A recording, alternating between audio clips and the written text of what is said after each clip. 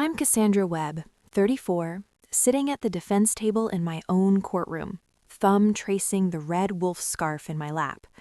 Across the aisle, Declan and Tatum were laughing with their attorney, already spending the $5.5 million they thought they were about to steal. They didn't even recognize me. Then the bailiff's voice cut through the room. "All rise for the Honorable Judge Cassandra Webb." My parents stood, expecting a stranger, but I stood with them. I walked past the bar, up the steps, and took my seat behind the bench. Their lawyer's smirk froze instantly. "I need you to be the jury today.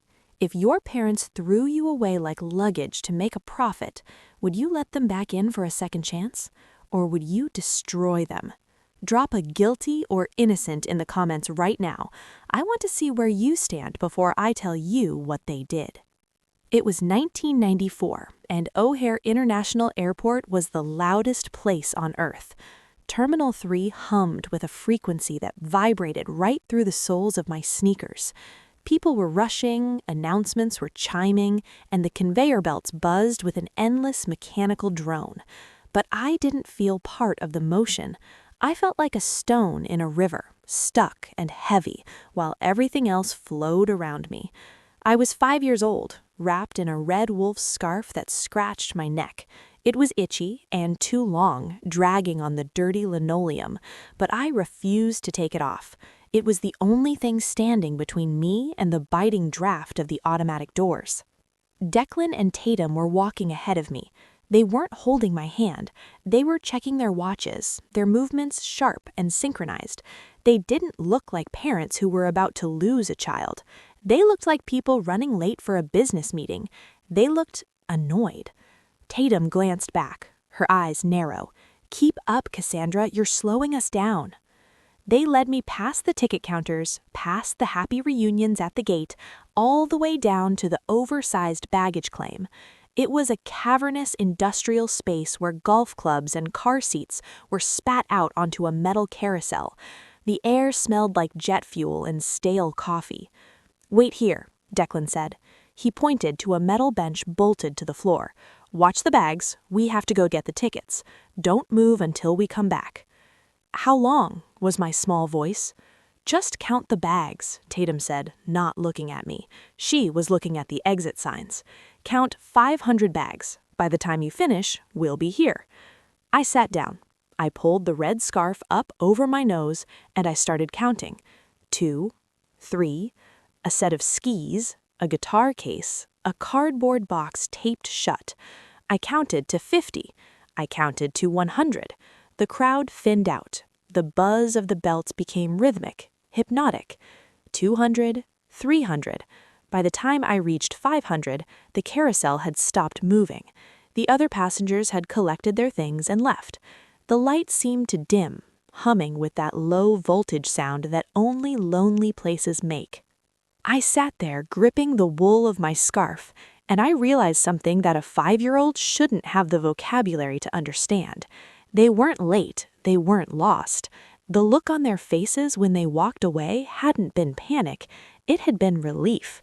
They had dropped me off at oversized baggage because that is exactly what I was to them. Heavy, burdensome, something to be checked and never claimed. That was when the silence hit me.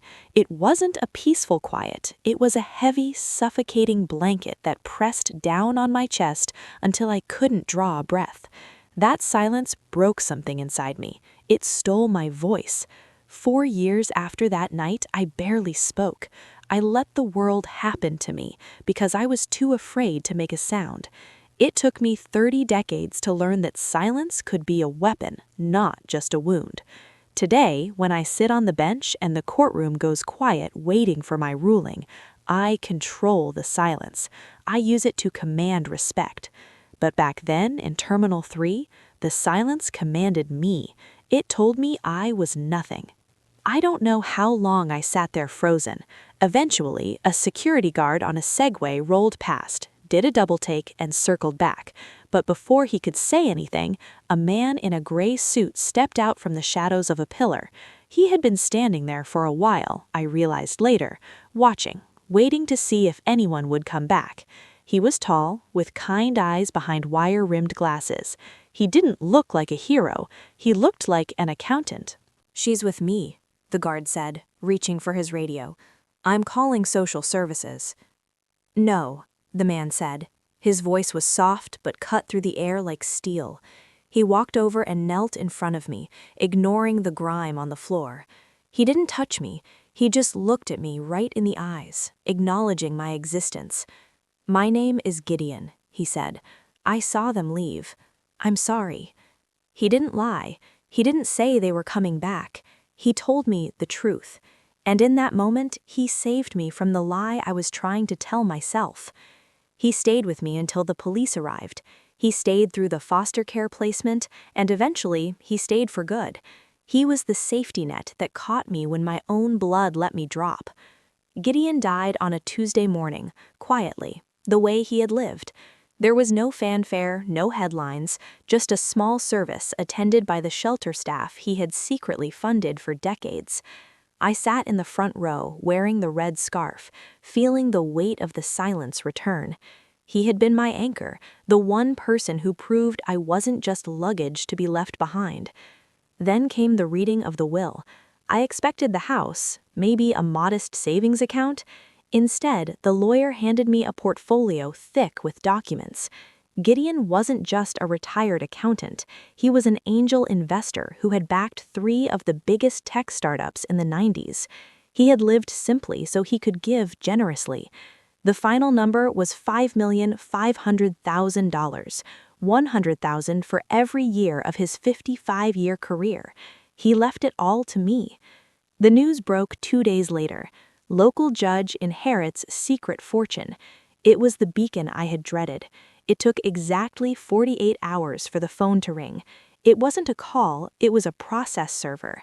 I was served with a lawsuit at my home address, fraudulent custody and estate theft. The plaintiffs were Declan and Tatum. They didn't call to ask how I was. They didn't ask to meet. They sued. They claimed Gideon had kidnapped me from the airport 30 years ago. They claimed they had been searching tirelessly for 3 decades, victims of a sophisticated abduction plot. They demanded the full $5.5 million as restitution for their pain and suffering, plus the deed to Gideon's house. I sat in my living room reading the complaint. It was a masterpiece of fiction. They described their agony at losing their beloved daughter. They described the hole in their hearts that never healed. I didn't cry. I didn't panic. I went into chambers mode. I looked at the lawsuit not as a daughter, but as a judge reviewing a case file. And that's when I saw it, the narcissistic ledger. To normal parents, a child is a person. To Declan and Tatum, I was an asset. When I was 5, I was a liability, a mouth to feed, a burden to carry through an airport. So they liquidated me. They left me at baggage claim to cut their losses. But now, 30 years later, my value had changed. I wasn't a liability anymore.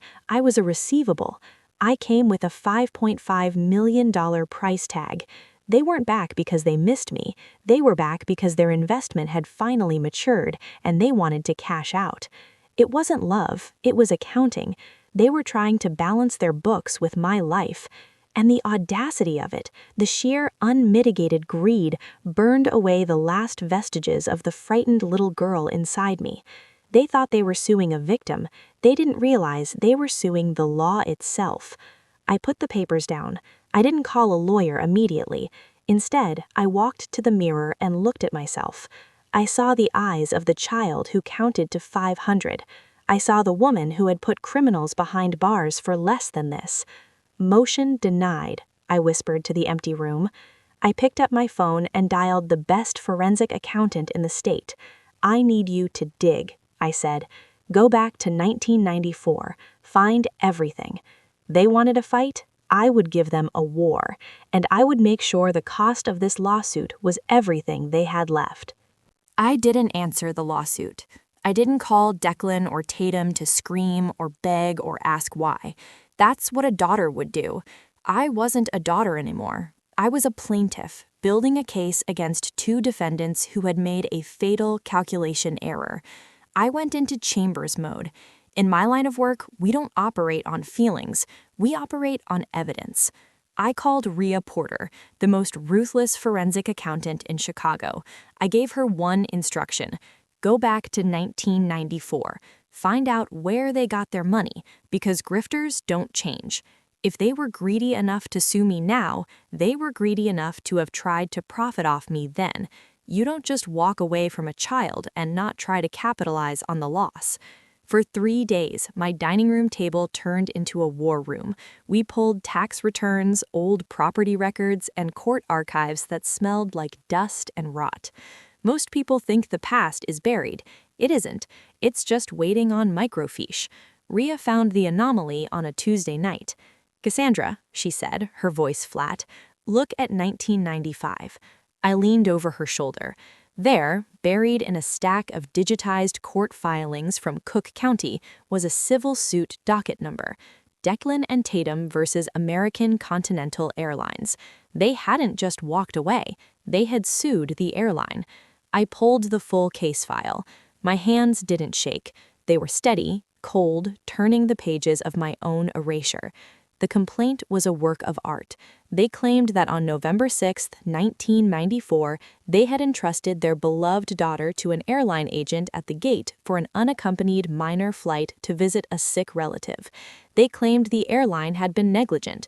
They claimed I had wandered off and vanished because the staff wasn't watching. It was a lie. There was no ticket. There was no sick relative. They had walked me to baggage claim and left me there. But in 1995, without cameras everywhere, without digital tracking, they could spin a story. They claimed emotional distress and loss of consortium. They claimed they were broken parents whose child had been swallowed by the system. And then I saw the settlement agreement. The airline, desperate to avoid bad press about a missing child, had settled out of court. The check was for $450,000 in 1995. That was a fortune. It was enough to buy a house, 2 cars, and a lifetime of silence. But the check wasn't the smoking gun. The smoking gun was the affidavit attached to the settlement. To get the money, Declan and Tatum had to sign a sworn statement. I read the words, and for the first time in 30 years, I felt the air leave the room. We, the parents, acknowledge that the minor child, Cassandra, is presumed deceased. We accept this settlement as full and final compensation for the wrongful death and loss of our child, and we absolve the airline of all future liability. They had signed it. Declan's signature was jagged. Tatum's was loopy and neat.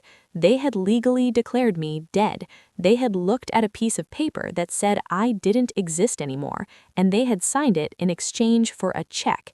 They didn't lose me. They liquidated me. I sat back in my chair. The anger that had been simmering in my gut didn't boil over. It crystallized. It turned into something hard and sharp like a diamond. They had sold my life for $450,000, spent it all, and now they were back to sell me again. They thought I was a ghost. They thought ghosts couldn't fight back. I picked up the phone and called my lawyer. "I have it," I said. "Don't settle. We're going to trial." I looked at the signatures one last time. They had signed my death warrant. Now I was going to sign theirs. The trial was theater, and Declan and Tatum were the headliners. They took the stand wearing muted colors, their expressions practiced masks of grief. Tatum wept on cue. She talked about the hole in her heart that never healed. She described the agony of the unknown, painting a picture of 2 devoted parents who had been victimized by a wealthy predator who stole their baby in a busy terminal. It was a compelling performance. If I hadn't lived the truth, I might have believed them. They didn't look like monsters. They looked like victims. They looked like parents who had spent 30 years setting a place at the dinner table for a ghost. I watched from the defense table, my face impassive. I didn't object. I didn't interrupt. I let them build their monument to grief brick by lying brick, because the higher they built it, the harder it would fall. When the defense's turn came, we didn't call character witnesses. We didn't call experts. We called one name. The defense calls Lyndon. The air left the room. Declan's head snapped toward the gallery doors. Tatum let out a small, strangled gasp. They hadn't seen this coming. They thought Lyndon, the daughter they kept, the daughter they raised, was loyal. They thought she was part of the con. Lyndon walked down the aisle. She was 28, a social worker with tired eyes and a posture that apologized for taking up space. She didn't look at our parents. She looked straight at me. It was like looking into a mirror that had aged differently. We had the same nose, the same jawline, but where I had grown hard, she had grown heavy. She took the stand, she swore the oath, and then she dismantled their lives. Lyndon, my attorney asked, what was it like growing up in the household? Lyndon took a breath that shook her entire frame. It was like living in a mausoleum, she said. Her voice was quiet but clear. I wasn't just their daughter. I was the replacement. I grew up in the shadow of the tragic lost sister, but it wasn't about missing Cassandra. It was about using her. This was the ghost sibling paradox. I had always assumed Lyndon was the lucky one. She was the one who got to go home. She was the one who got the parents. But as she spoke, I realized I had it wrong. I had escaped. She had been trapped in the performance for 28 years. They used the story, Lyndon continued. Every time rent was late, every time Dad lost money gambling, they would bring up the tragedy. The church gave them money. The neighbors brought casseroles for years. My sister wasn't a person to them. She was currency. Her absence paid the bills. Tatum stood up, her face red. Lyndon, stop this. Don't you dare. Sit down, the bailiff barked. Lyndon didn't flinch. She reached into her tote bag and pulled out a shoebox. It smelled like mildew and old attic insulation. They told everyone they spent every dime searching for her, Lyndon said. They told me they hired investigators. They told me they scoured the earth. But when I was cleaning out the attic last week, looking for old photos, I found this. She opened the box. It wasn't full of missing persons flyers. It wasn't full of correspondence with the police. It's casino receipts, Lyndon said, from the Empress Riverboat Casino in Joliet. She held up a handful of faded thermal paper. These are dated November 7th, 8th, and 9th, 1994, the week Cassandra disappeared. While the police were looking for her at the airport, Declan and Tatum were gambling. They weren't searching, they were celebrating. The silence in the courtroom was absolute. It was the same heavy, suffocating silence I remembered from the baggage claim, but this time it wasn't crushing me, it was crushing them. Lyndon looked at our parents, tears finally spilling over. I used to feel guilty that I was the one who got to stay, she whispered, but now I realized Cassandra was the one who got away. I was the one who was left behind. Declan sank into his chair, a man whose entire existence had just been exposed as a hollow fraud. They hadn't just abandoned one daughter, they had devoured the other. My attorney didn't give the room time to breathe. Lyndon's testimony had cracked the foundation, but we needed to bring the whole house down. He walked to the bench and placed a single yellow document in front of the presiding judge. It was a certified copy of the 1995 settlement agreement from the Cook County Archives. Your Honor, he said, his voice cutting through the stunned whispers of the gallery, the plaintiffs are suing for custody of an estate based on their parental rights. However, according to this sworn affidavit signed on December 12, 1995, Declan and Tatum legally declared their daughter, Cassandra, deceased. Declan's face went the color of ash. Tatum grabbed his arm, her fingernails digging into his cheap suit jacket. They knew exactly what that paper was. It was the receipt for my life. The presiding judge read the document. Her eyes narrowed. She looked from the paper to the plaintiffs, and the expression on her face wasn't judicial neutrality anymore. It was pure, unadulterated disgust. Mr. and Mrs., the judge said, her voice dangerously low, you accepted $450,000 from American Continental Airlines for the wrongful death of your child? You signed a statement claiming she was gone. So one of two things is true right now. Either you committed grand larceny and fraud in 1995, or you are committing perjury and fraud upon the court today. Which is it? The trap snapped shut.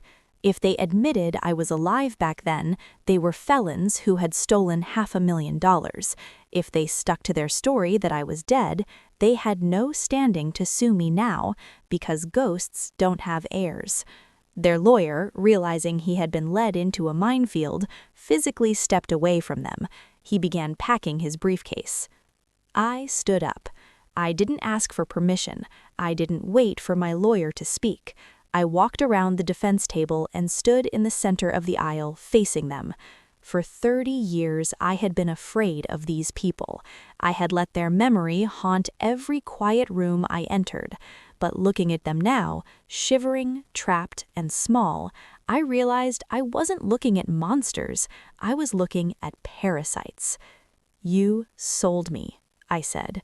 I didn't yell. I used the voice I used when sentencing a violent offender. Cold, flat, and final. You didn't just leave me at the airport. You cashed me in. You put a price tag on your own daughter, and you spent it on blackjack and slot machines. Tatum tried to speak.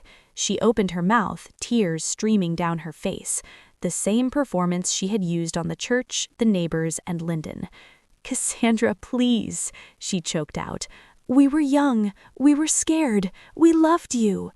"You declared me dead," I interrupted. "You signed a paper saying I didn't exist anymore so you could buy a boat.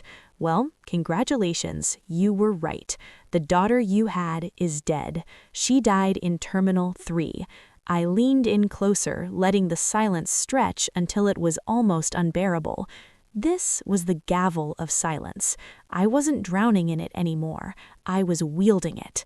A ghost cannot inherit, Declan, but a ghost can haunt you, and I promise you, I will haunt you with every legal instrument at my disposal until you wish you had never walked back into my life."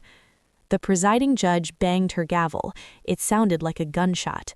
"Case dismissed with prejudice. Bailiffs, please escort the plaintiffs into custody. I am referring this matter to the district attorney's office for immediate investigation into insurance fraud and perjury." Declan and Tatum started screaming as the officers moved in, but I didn't watch. I turned my back on them, just like they had turned their backs on me. The fallout was absolute. The statute of limitations on the 1995 settlement fraud was a complex legal knot, but the perjury they committed in open court was fresh. They were indicted 3 weeks later. The local news, which had initially run the story of the judge's secret fortune, now ran a very different headline: "The parents who sold their child." Their reputation was incinerated. The church cut them off. The neighbors who had brought casseroles for 30 years demanded explanations they couldn't give. They lost their house to legal fees. They were left with nothing: no money, no status, and no daughters. I didn't keep the $5.5 million. Gideon hadn't given it to me to buy a yacht. He had given it to me to build a safety net. I used the money to launch the Baggage Claim Foundation. We provide top-tier legal defense for foster children aging out of the system, ensuring that when the state stops caring, coffee shop in downtown Chicago. Across the table, Lyndon was laughing at something I said. She looked different. The weight was gone from her shoulders. She had quit her job at the agency and come to work for the foundation as our lead social worker. We were building a relationship from scratch, brick by brick, without the rot of our parents' lies between us. I reached for my coffee and the sleeve of my coat pulled up, revealing the red wool scarf I was wearing. I didn't wear it because I was cold. I wore it because it looked good. It wasn't a shield anymore. It was just a scarf. The coffee shop was noisy, full of clattering cups and chatter. But for a moment, I let myself listen to the silence underneath it all. It wasn't the terrifying, lonely silence of the airport. It was the peaceful silence of a closed case. It was the silence of a debt finally paid in full. I looked at Lyndon, I looked at the work we were doing, and I realized that Gideon was right. I wasn't the girl who was left behind. I was the girl who was caught.